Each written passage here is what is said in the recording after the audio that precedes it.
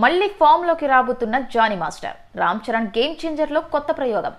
లైంగిక ఆరోపణల కేసుల్లో ఇరుక్కొని జైలు పాలైన ప్రముఖ కొరియోగ్రాఫర్ జానీ మాస్టర్ ఆ తర్వాత బెయిల్పై బయటకొచ్చినప్పటికీ తన కెరీర్ పరంగా చాలా నష్టపోయాడు. పోక్సో కేసు కారణంగా జానీ మాస్టర్కు రావాల్సిన జాతీయ అవార్డు నిలిచిపోయింది. అంతేకాదు, ఎంతో ఎదురుచూసిన పుష్ప 2 సినిమాలు అవకాశం కూడా కోల్పోయాడు.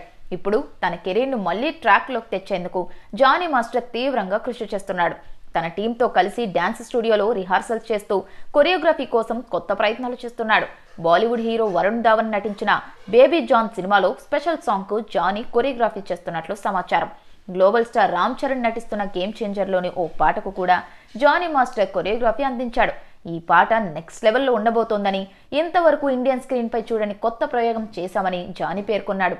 ఈ క్రమంలో సీనియర్ దర్శకుడు వైవిఎస్ చౌదరిని జానీ మాస్టర్ కలవడం, వారి సరదా ఫోటోలు సోషల్ మీడియాలో చర్చనీయాంశమయ్యాయి. ప్రస్తుతం వైవిఎస్ ఎన్టీఆర్తో ఓ సినిమా ప్లాన్ చేస్తున్నారు. ఈ సినిమాలో పాటల కోసం జానీ మాస్టర్ని తీసుకుంటారా అనే అంశంపై ఇంకా క్లారిటీ రావాల్సి ఉంది.